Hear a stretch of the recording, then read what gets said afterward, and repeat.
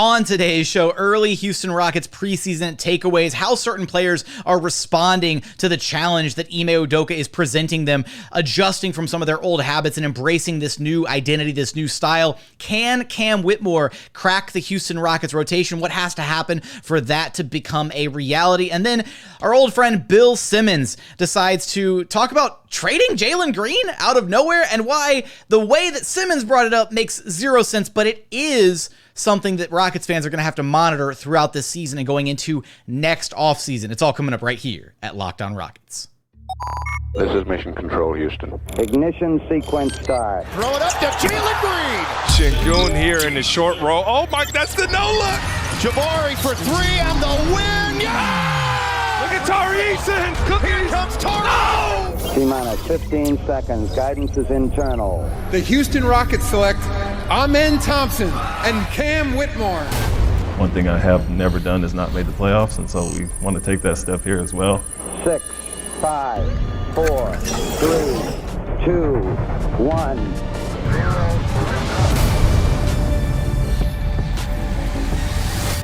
What's up and welcome to another edition of Locked On Rockets, your daily podcast home for everything Houston Rockets basketball. As always, I'm your host, Jackson Gatlin, native Houstonian and credentialed media member. I'm also the host of Locked On NBA Mondays. Be sure to follow along on Twitter at JT Gatlin and the show, of course, at Locked On Rockets. Free and available wherever you listen to your podcasts, including YouTube. Now, today's episode is brought to you by FanDuel Sportsbook, official sportsbook of Locked On. Make every moment more with FanDuel. Right now, new customers can bet $5, $5 and get $200 back in bonus bets guaranteed. Visit FanDuel.com/lockedon to get started. And as always, thank you so much for making Locked On Rockets part of your day every single day, whether it's on the way to work, on your lunch break, in the gym. Thank you for making LOR part of your day every single day. Joining us now is your weekly co-host, Frank from the Rockets Chop Shop. You can track down on Twitter at FTank58 and be sure to drop them a follow at HTX Chop Shop on Twitter and subscribe to the Chop Shop YouTube channel for a ton of amazing Houston Rockets content. Frank, we've got two Houston Rockets preseason games under our belt now, and I know it's just preseason. I know we should take it with a grain of salt. We shouldn't read too much into it, but this team just feels so dramatically different than anything we've seen over the past 3 years.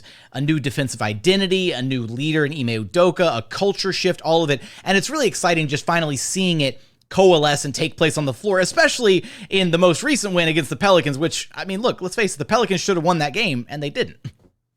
Yeah, and I think I had said this about 2 months ago, or whenever Ime was signed, that the most important thing that the Rockets were going to do this year was that coaching hire, because what we're seeing is that a coach, unlike an individual player like a James Harden or somebody like that, transcends every part of your team. A coach is going to transcend the players, the coaching staff, even as we see with Ime leaking into some of the decision-making from the front office. And if you get the right pick there, it really does transform the culture within a building. And I think that's what we're seeing with the Rockets. I put out a tweet because I was thinking about this morning, and I think we really underplayed how valuable having a high caliber elite coach is. In route in his rookie year as a coach, when he was with the Celtics in the 21-22 season, he had to go through, Steve Nash, in the playoffs. He had to go through Mike Budenholzer and the Milwaukee Bucks champions. He had to go through Miami Heat with Eric Spoelstra, champions, then ultimately losing to Steve Kerr in 6. The amount of adjustments and just the tactics and schematics that go into navigating a playoff run and route to the finals for a rookie coach is nothing short of amazing, that he was able to take that team. And that is really, really impressive. There are guys that have coached for 20, 30 years, Mike D'Antoni, that have never gotten to that level, given having great talent. Having talent alone doesn't just mean that you're a great coach. So for him to make it there just really tells you what type of guy we have in the building. I think Rockets fans should feel really, really lucky that we have that guy coaching Jalen Green and Alperen Sengun. So, yeah, amazing stuff. I love what I'm seeing from the team, bro.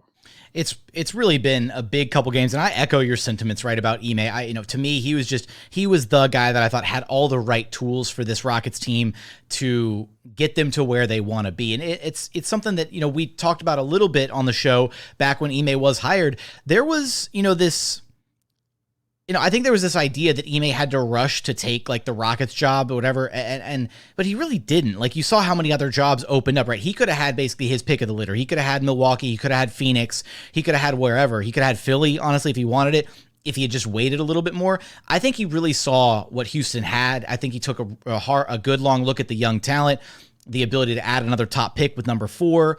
Or at the time, I apologize, the draft lottery, we didn't know which pick it was going to be at that point when they officially hired Ime. But, and then all the cap space this summer, he saw basically a blank canvas, right? He saw the ability to paint this team and to build this team up from the ground floor the exact way he wanted it built. Whereas in Boston, right, he inherited a team that Brad Stevens had been coaching and that Danny Ainge had built. And he didn't have a ton of control or say-so in how that team was thrown together. And he obviously started putting his, fingerprints all over the team and had a really successful first year. But coming to Houston, he got the chance to do exactly what he wanted to do, right? Throwing his weight around very early on, making the decision Fred VanVleet over James Harden. And thankfully, we, dodged a major bullet there, obviously. And we're just seeing it play out we're seeing it play out in these preseason games, right? This team has really kind of, I think, accepted what he's brought to the table. And I was talking to an agent the other day, and they were, we were just having this conversation about, like, this team was in desperate need of some leadership, right? Basically, this team was so bad for the last couple of years that they didn't know what they were missing, essentially. And then Ime shows up and is like, oh, this is what it's supposed to be like. Like, we had no idea that we were missing out on this. Guys like Jalen and Sengun, who had only ever known Steven Silas as their coach, had no idea that they were missing out on the structure and the, just the X's and O's, the adjustments, the basketball mind of a top tier NBA head coach, right? So it's not only that they went from like a bad coach to an average coach, they went from a bad coach to I think a top 5 coach in the NBA, legitimately. Yeah, and that's facts. And I think even some of the people that I know went to the game against the Pacers, the comments from that they've seen is how Ime holds guys accountable in view of everybody. Like, he really gets on the players and corrects them. And I saw this in Boston. And the thing about him, it doesn't really matter who the player is, whether you're the last guy on the bench or Jason Tatum. He has a standard of excellence that he sets, and it's up to the guys to try to meet that standard. And when you fall short of that, he lets them know. I love the Zach Lowe article, as he used that phrase: if you can't play defense, you can't play for Ime. And that's going to be the standard for them going forward. I mean, I know we'll talk more about the basketball aspect of this, but players that we've had in this building that, like a Sengun, like a Jalen, that you would never think would be an impact on the defensive side of the court positively this fast, really looks like night and day. And to me, like you pointed out, the structure, the accountability, all of that just breeds this new level of effort and intensity that these guys are playing with.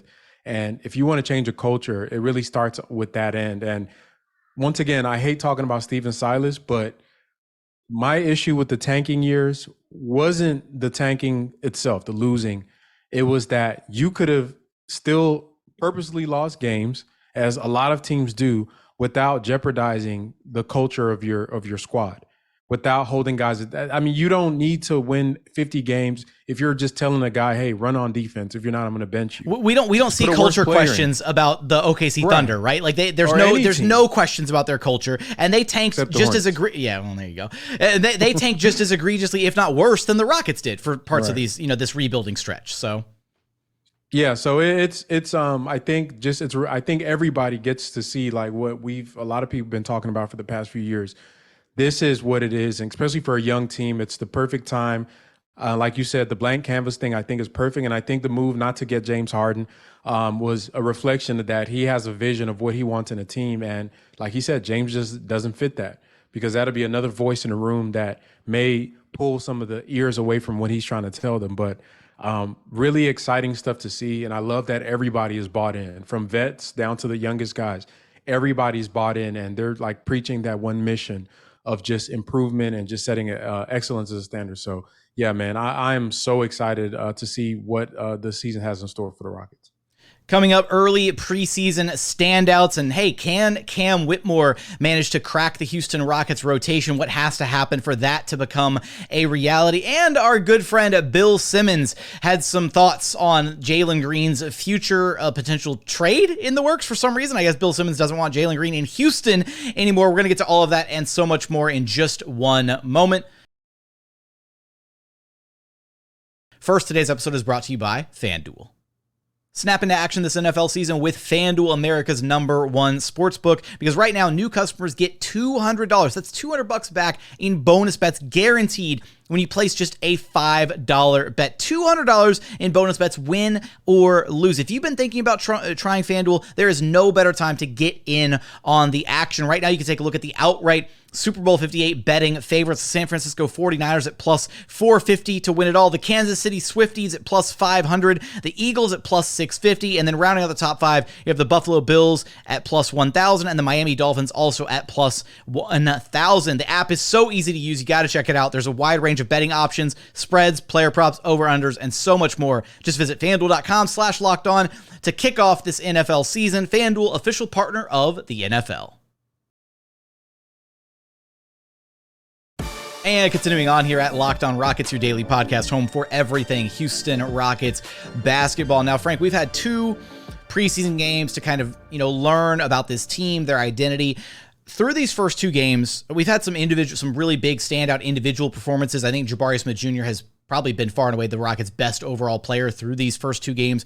What has stood out to you, maybe not from like a team perspective, but just an individual thing with Jabari or Sengun or Jalen? What observations have you had just kind of in these first two preseason games? I'll make it quick for Jabari. I think that what we're seeing is that what he showed in Summer League is translating.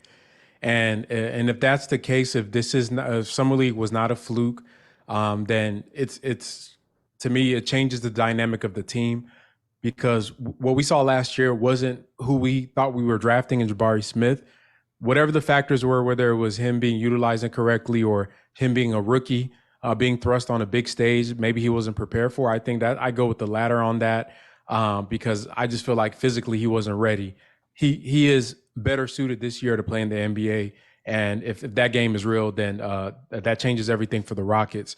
For Sengun, I mean, I am so proud of the kid. I think I've been one of the ones, I try not to, when you have a YouTube channel and you see certain things, people think I'm like this Alperen Sengun, like lover that I just, he can't do no wrong in my eyes. But for the past 2 years. You're from Turkey, right?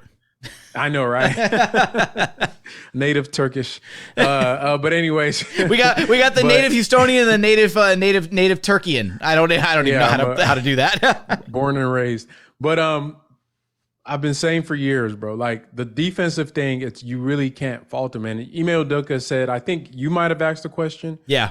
About the pick and roll defense. I think you asked the question. And to me, that answer validated 2 years of video making about pick and roll defense that I've been making.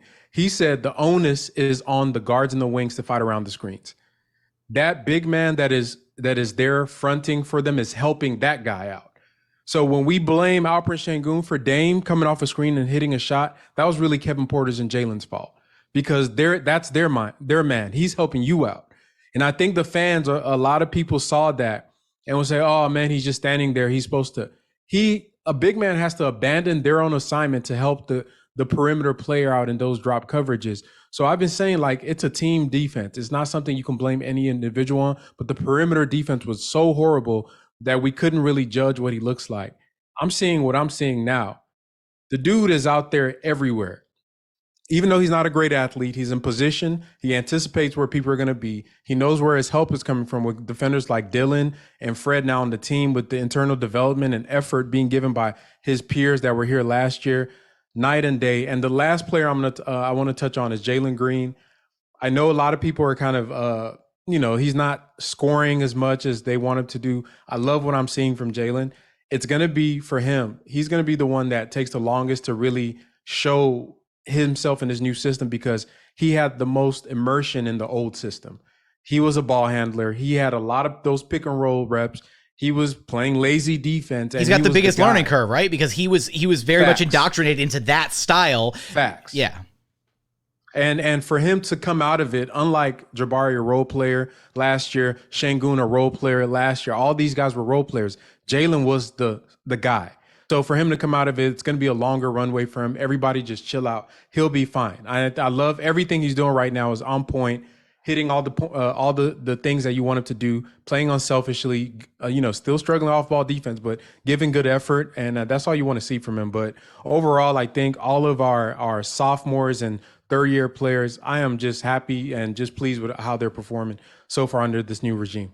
And it very much kind of seems like, again, it's 2 games in, but it seems like, for Fred and for Dillon, right, the 2 starters that you brought in, it's kind of crazy to think that you only replace, right, 2/5 of the starting lineup. You replace KPJ with Fred, you replace Eric Gordon / KJ Martin with Dillon Brooks, and how much that actually helps them, right? Like the reason we saw the Rockets playing this insane defense against the New Orleans Pelicans, yeah, Jalen and Sengun and Jabari are giving better effort. They're a bit more locked in defensively, but a lot of the team defense that was happening on the floor were plays being made by Fred, plays being made by Dillon, the individual defense that those guys bring to the table. So when you overhaul 40% of your starting lineup and bring in guys who actually know how to play the game and make the right decisions, and then the cool thing is seeing those guys really accept their roles, right? Like we haven't seen Fred, take it over and be doing too much offensively. We haven't seen the ill-advised version of Dillon Brooks where he takes bad shots and this time. He's taken 1 bad shot so far as a Rocket. He's only taken 5 shots as a Rocket. Yeah.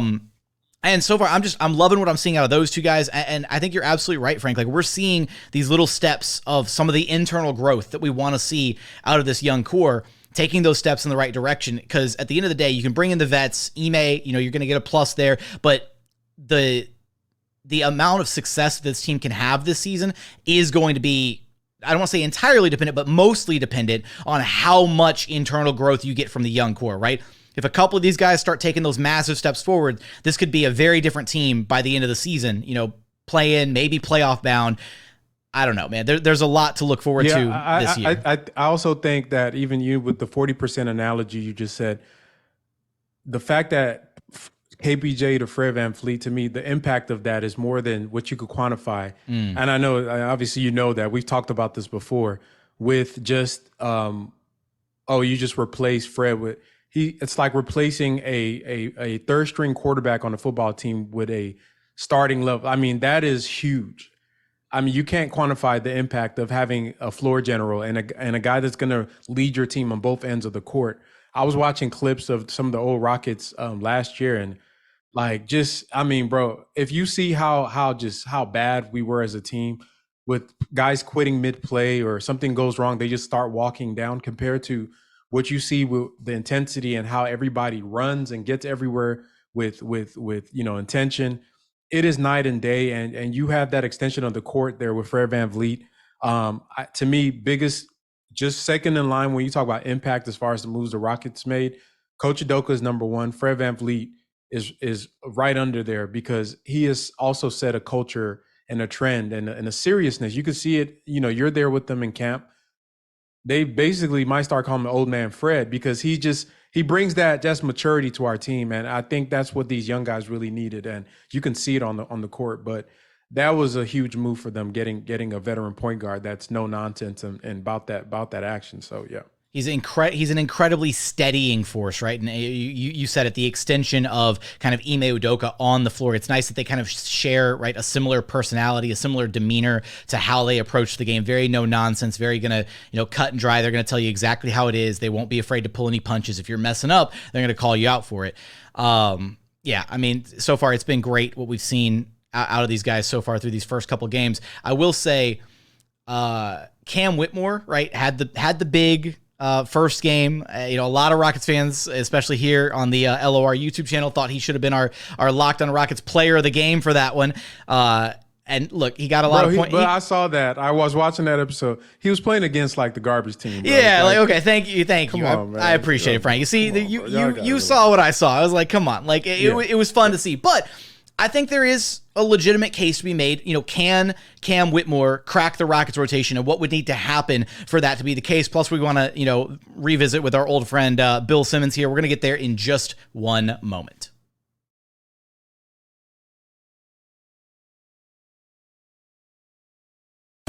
And final segment here at Locked On Rockets, your daily podcast home for everything Houston Rockets basketball. Now, Frank, when we look at these first two preseason games, Cam Whitmore got some early run in the first preseason game, looked like, part of kind of the early rotation, substitution patterns, all that. Then, second preseason game against the Pelicans, didn't get put in until garbage time, essentially. Now, this could just be Ime Udoka kind of playing around with rotations a little bit. We also didn't get a look at Reggie Bullock in that first game, whereas we did get a look at Reggie Bullock in the second game. So it could just be him kind of tinkering with those end of the rotation, 9th, 10th, 11th man kind of guys, seeing who he wants to plug and play, how certain guys work with lineups. I think we have a pretty solid expectation for what the rotation is going to be. There's going to be the starters, Fred, Jalen, Dillon, Jabari, Sengun. Those are your starting five. And then you're kind of, I think, guaranteed 4 guys off the bench right now for sure. There's 3 that are locked in for sure, and that's Amin, Tate, and Tari. Those 3 are definitely going to be getting run. I think there is a little bit of a question mark kind of around the final couple spots, though, because you start looking at it and you're like, okay, does Reggie Bullock get the nod because he's kind of the veteran that they brought in, the 3-and-D guy? This is a team that could utilize that shooting. You've got kind of the dual big lineup with Jock Landale, Jeff Green. Side note, Jock Landale did not look great in the game against the Pacers. And apparently, and I don't know this for certain, apparently he didn't travel with the team because he wasn't listed DNP on the Pelicans game. He was listed not with team. So he didn't travel with the team. I'm curious to see if he actually goes to San Antonio with the team or if they have an update on him. I kind of thought maybe the ankle was bothering him, which is why he didn't look great in that game against the Pacers. Who knows at this point? But you've got Jeff Green, Jock Landale kind of as the remaining, backup bigs situationally, but we've also seen some success with Jabari Smith Jr. at the 5. So that they could, potentially just 86 the idea of Jock Landale and Jeff Green entirely if they wanted to. And then it brings us to kind of Cam Whitmore, right? Like, where does he fit in? Because he's already shown us a ton of flashes right out of the gate, right? But I'm torn on it because I think that he has a lot more talent than some of the other guys ahead of him in the rotation. But does Ime want to go with kind of the more tried and true guys who have a little bit more stability to their game versus kind of this, I don't want to say he's a loose cannon, but he kind of is, right? Like, you kind of don't know what you're going to get with Cam when he's on the floor. And I'm very curious to see how that plays out and who he has the chance to actually potentially jump in the rotation. Yeah, I mean, I think what you said last is what it is. Guys, if you're going to bet on the coach in the NBA, bet on the veteran. They always go with vets. But I would say for Cam, I mean, there's really no rush at all. And this is one of the things that I think that goes into why he plays a lot of minutes one game and doesn't, because where is he going, right? And he's going to be here for the next 4 years. And he is one of the youngest players in the NBA. And for him, they're going to have a lot of time to evaluate what he can do for the Rockets. For some of the other players that are here for 1-year contracts or 2-year contracts, whatever their stand on the Rockets is going to be, they need to be able to justify why they're on our roster more readily and quickly than a Cam Whitmore. Now, as far as just getting on the court, you got to think about who is he battling for position. It's going to be the Tate and Tari, because I think that Amen Thompson is going to sew up that backup guard. Like, the fact that Amen was able to, I don't even think it's a question about sewing up. I think it's already sewed up. It's game over. Like, he's the backup guard. I mean, they're my wife stitches, so they're tying the last knot on the stitch right now. That's how sewed up it is. So because you can see Ime trusted him to put him out there with the ones. First of all, the thing that you get excited about Amen is not the shooting, none of that, is that he is comfortable defensively out there with the ones, communicating, switching. He doesn't look lost. To me, he's already a better defender than Jalen Green, like right now. And so that's going to get you on the court. For Cam Whitmore, his biggest superpower is his shooting at this moment. And then you have to ask yourself, do you trust him enough right now, especially on a team that's trying to win playoff games or get to the playoffs or the postseason in some way, shape, or form? Do you trust him enough defensively to be in the right positions as opposed to a Tari, Eason, or a Jae'Sean Tate? And is his shooting that good that you have to overcome some of the rookie mistakes he's going to make that may cost certain possessions in a game where as a guy like Tate, even though he can't shoot as good as Cam, is going to be in the right spots. He's going to make the right play. He's going to pass it out sometimes when he's not going ball hog mode. Or Tari Eason, who's one of our best defenders. I think that's what he's up against. For Cam to crack the rotation, and I think he can, maybe not in a huge way. 3 things he has to do. Number 1, he has to play with intensity at all times, right? Number 2, he has to be able to run in transition on both ends of the court. And number 3, hit your open catch and shoot threes. Like the ball stopping, dribble isolation, dribble pull-ups within the flow of the offense, that really does bog down the offense, especially when the ball is popping around. He has made, I can tell he's making an effort to be more of a catch and shoot three-point shooter. We know some guys, James Harden and guys that we've seen in Houston, struggle with that ability to just catch the ball and shoot. For him, that's where he's going to start. Cam Whitmore has star potential. And I don't want people, I know he has a lot of fans, and I love him. I just don't see that until maybe year 2 or 3 when his game gets more polished. Until then, learn to be a positive team player that impacts the game on defense, in transition, and just hustling. If you're going to mess up on defense, at least be doing it 100%. And he's been doing that. But if he doesn't crack the rotation, here's one of the good things about being on a team that's actually trying to compete and has veterans and structure. Rookies don't have to play. That is perfectly normal for how many years the NBA's been around. Rookies don't have to play. We're not tanking anymore. We don't need Cam to get 30 minutes or a man to get 30 minutes. They can grow and develop at the pace of most rookies in NBA history, including the likes of Kobe Bryant and all these other Dirk Nowitzki that have gone on to do great things. They can grow under vets that can teach them the right way to play. And I think there's no rush on Cam Whitmore right now. He's going to be here, and I'm looking forward to great things from him this season on the back end and going forward in his career. I think that's a fantastic point, right? And I wonder if we were to look back in NBA history at different, rookies or young players who were brought in kind of brought into a winning situation out of the gate, right? We don't know, TBD on whether this is officially a winning situation, but they're striving to be a winning situation, right? Versus being drafted to a team like the Rockets have been the last couple of years with Jalen's rookie year, Jabari's rookie year, where there were no expectations. There was no structure, very little accountability, and you just kind of rolled the ball out there and did whatever. Yeah, those guys got 30 plus minutes a night of reps and whatnot, but how much good did that actually do them in the grand scheme of things now that you're even seeing Ime Udoka having to help them unlearn some bad habits and all that kind of stuff? So I do think there's something to be said for a rookie being brought into a winning, positive environment, a situation where there is some structure, where they have kind of a clearly defined role where it's like, hey, yeah, Amen and Cam clearly have star upside, but they both do. Their ceilings are incredibly high.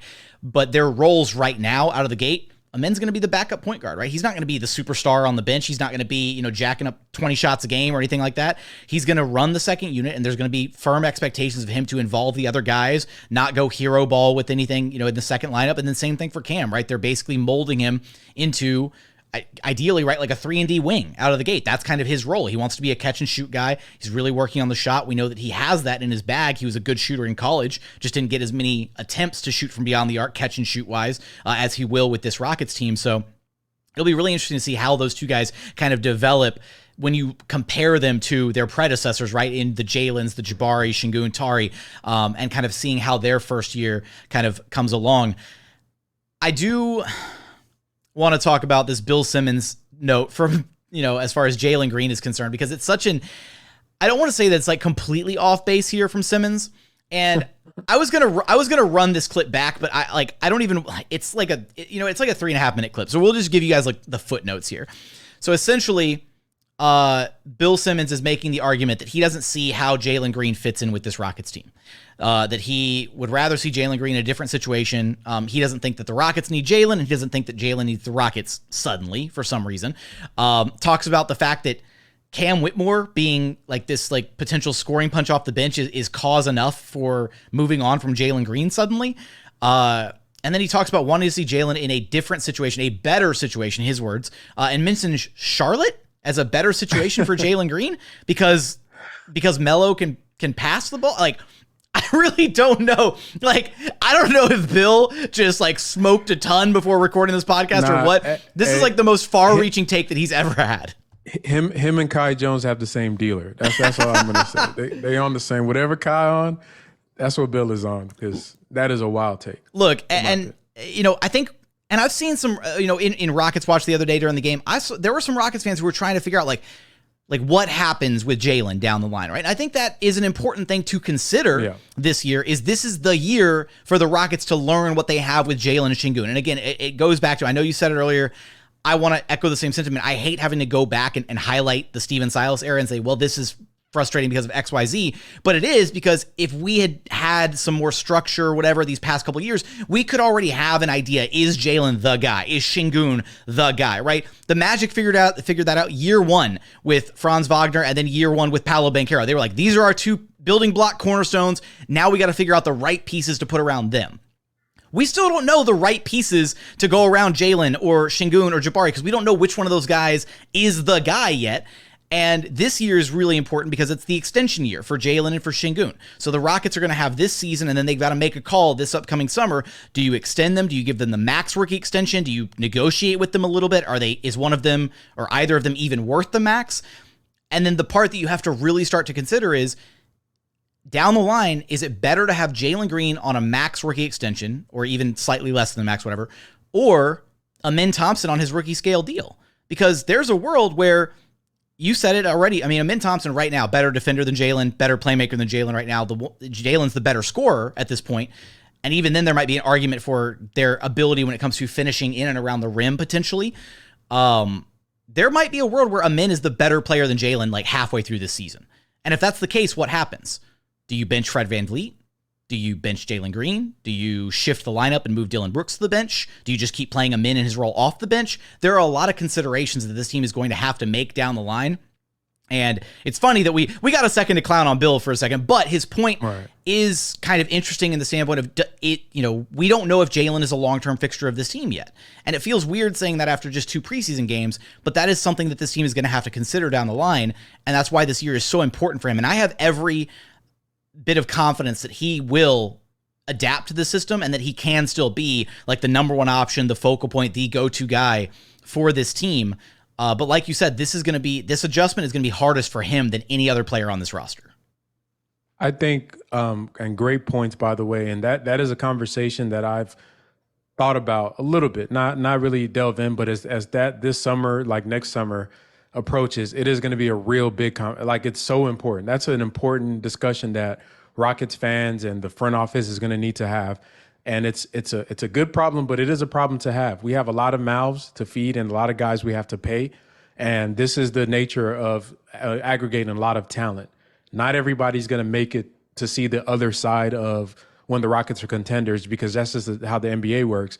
For Jalen Green, I'm going to, if most people that watch the Chop Shop know I say this all the time, scoring in a vacuum, I'm going to say in a vacuum, is the most useless skill as it relates to winning championships. Like just in a vacuum, meaning if that's all you do is that you score, then you should be coming off the bench.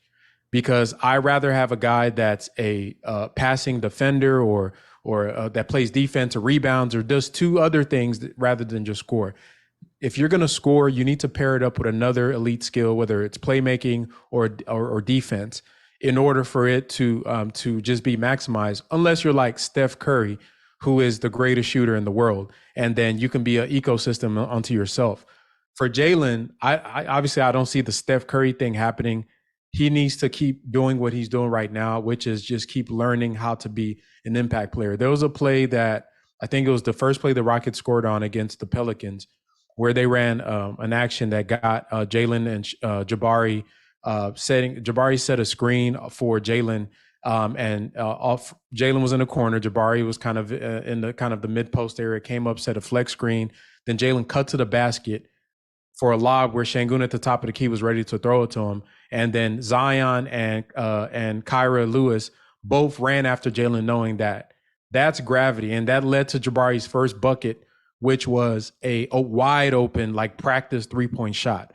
The reason I'm bringing that play up is because what Udoka is doing for Jalen, and it's going to be uncomfortable for him at first to get used to this, is making him effective at every single place he is on the court.